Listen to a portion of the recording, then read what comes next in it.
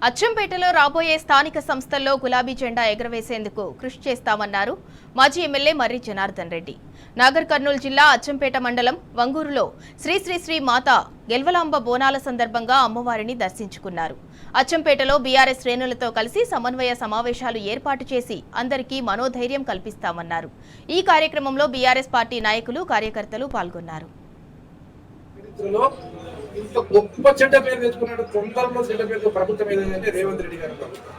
వాళ్ళు సాధించిన ఘనత రేవంత్ రెడ్డి గారు సాధించిన ఘనత ఏంటంటే దాని 3 నెలల్లో 100 రోజుల్లో హామీలు పక్కన పెడితే ఇది దొంగ ప్రభుత్వం, ఇది కేడి ప్రభుత్వం, దీన్ని మోసపోయిన ప్రభుత్వం, మోసకాలిక కాంగ్రెస్ అంటేనే కష్టాలు, కష్టాలు అంటేనే కాంగ్రెస్ అనేది. కాంగ్రెస్ వచ్చింది కరెంటు కష్టాలు వచ్చినాయి, కాంగ్రెస్ వచ్చింది నీళ్ళ కష్టాలు వచ్చినాయి. కాంగ్రెస్ కు ఈ కరువుకు అవినాభావ సంబంధం. కాంగ్రెస్ ఊరు బయట ఉంటుంది అన్నట్టు. కాంగ్రెస్ వచ్చింది దాని వెంబడి కరువు వచ్చేస్తుంది, దాని వెంబడి కరెంట్ కష్టం, అన్ని కష్టాలు. అందుకని కేసీఆర్ గారికి పాలన బాగుండే, ప్రజలు పని పురాణాలు పడ్డారు. అయ్యో కేసీఆర్ గారు ఉండగానే బాగుండే కదా, వాళ్ళు ఇచ్చిందే గెలుస్తున్నా కానీ కొత్తగా ఏమో ఇస్తలేడు కదా, ఆయన మంచి వ్యక్తిని మనం ఓడగొట్టుకున్నాం కదా అని ప్రజల్లో ఇప్పుడిప్పుడే మార్పు మొదలైంది.